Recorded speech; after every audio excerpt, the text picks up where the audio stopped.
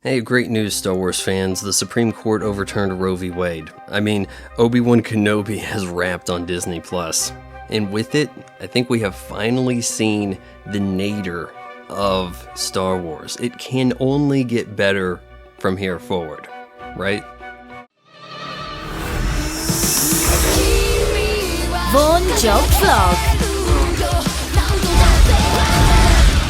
But before we get into that, check out my friends over at calderalab.com. Their clinically proven skincare line is the best in the league. Check out the Good Serum, the Clean Slate Facial Cleanser, the Base Layer Moisturizer, and this mask known as the Deep. And you can use my promo code FRY15 to save 15% at checkout.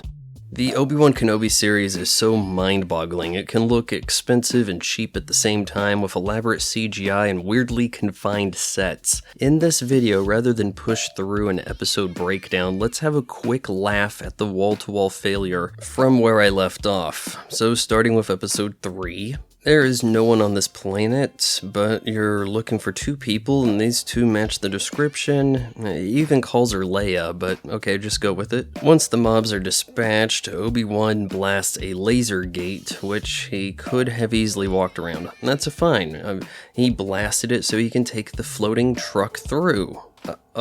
He just wants to proceed on foot. Well, maybe Obi-Wan can't drive stick. In episode 4, things start off with a new kind of issue, dialogue. It's not just a failure of words, but it seems like this conversation is taking place backwards. What with Obi-Wan saying nothing to convince this man to help him, when he starts off dismissive saying everyone wants his help. The action takes place on this water planet, and people are rather not damp. These Jedi preserved in piss jars, should we recognize them? There's no explanation if they're alive or dead, so that we can do anything we want with them in the future.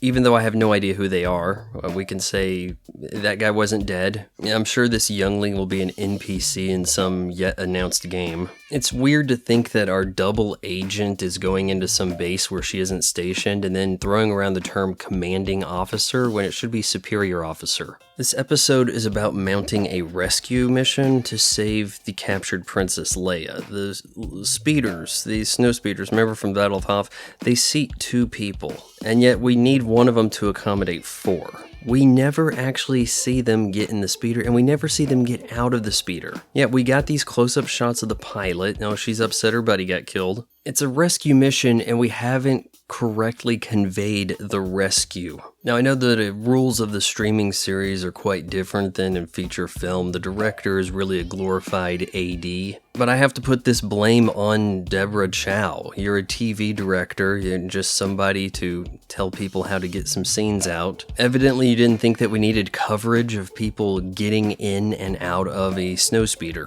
In episode 5, the rebels are confined to this tiny crater area, and this doorway into the cave that they're in is just so small and un-Star Wars-like. It just looks like a convenient place to put a few people in stormtrooper garb. Oh hey, more backwards dialogue. Watch Leia for me. Then Obi-Wan says I have to go. I would have said, hey, I have to go. Watch Leia for me. When Obi-Wan is captured by Reva, she gives this talk about how she's actually going to turn against Darth Vader. She's within earshot of all these stormtroopers. And then it's like, hey, we work together, maybe we can take him out. You can't do this alone, Reva. And she's like, take him away. Where to? These 2 stormtroopers just escort him towards his rebel buddies so that he can escape, but she didn't want him to escape? What the hell? Vader shows up and pulls down this transport ship, but there's a second transport ship hidden inside? Yeah, it's dumb, and in the second episode, Obi-Wan even takes some kind of escape pod shuttle from that ship, and therefore we have Russian nesting doll transport ships in Star Wars now. I guess at some point in Star Wars, lightsabers are just going to become non-lethal. Finally, in episode 6, we have the diminishing returns of Vader-Obi-Wan duels, but this one isn't too bad. This episode largely gave people what they wanted, but I wanted Vader to say, "Now it is I who has the high ground." There's a perfect opportunity for this. He had Obi-Wan buried. We had flashbacks where they could have actually finally incorporated this high ground nonsense into Jedi training. Come on, we get more out of an Anakin lightsaber training flashback if it focuses on the high ground. I just never bought this high ground crap because it's a punchline without a setup. And now we finally could have done more with it and come full circle, and we didn't. So Reva shifts focus to go after Luke, but we know nothing at all can come of this because there's just too many characters who have to be alive and unharmed. That is the dilemma of doing prequel nonsense. It did give us the most redemption ever for Uncle Owen and Aunt Beru, who even goes to arms. And this scene is probably the most glaring example of the awful, shaky handheld camera that is used throughout this limited series. It's just brazenly flying in the face of the smooth Star Wars cinematic aesthetic. And with Obi-Wan climbing out of his grave, he's able to kind of defeat Anakin, expose the mask, kind of shuts him down. And should we retroactively give Anakin Sith eyes? He kind of had them before he becomes Vader, but not during Vader. It wasn't really something that they thought up in Return of the Jedi, and obviously he doesn't have them here either. Well, I full-on predicted that Reva face turn. She even actually survived. I kind of expected more of a noble sacrifice, but I told you up front, Disney is not going to have a female BIPOC villain in 2022. And I was bang on right. But isn't it weird how Disney seems to always throw out the sacrificial lamb, one of the actors to take the brunt of all criticism for their endeavors? And this seemed to have started with Rose Tico's actress. Somebody thrown out there to be like, hey, if you don't like this, then I guess you're blaming this person and you're racist. So if you don't like all of the litany of complaints I had regarding Obi-Wan Kenobi, it must be because you're racist against Moses Ingram.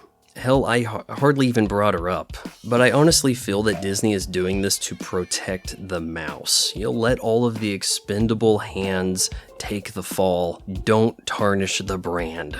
I actually like seeing Qui-Gon. He's like, hey, I've been waiting for you to be able to see me. Because Yoda had alluded to Qui-Gon coming up with this way to become a Force ghost, and yet we never saw him as a Force ghost. Now, I understand that Obi-Wan Kenobi should have been keeping up on his training, ready to show Luke the Force and all this, but he falls out of it for 10 years, and now, thankfully, at least Qui-Gon's here to get him back on the ball. What did you guys think of Disney Plus's Obi-Wan Kenobi series? Are you thinking they're going to announce a season 2? I hope not. I don't really see Obi-Wan needing to get into shenanigans when he's supposed to be laying low, staying off the radar of the Empire. Let me know in the comments below.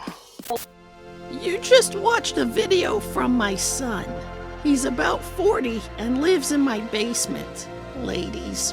So subscribe her and notify the bell for ringing. Okay, I said what you wanted me to say. Now do the goddamn dishes.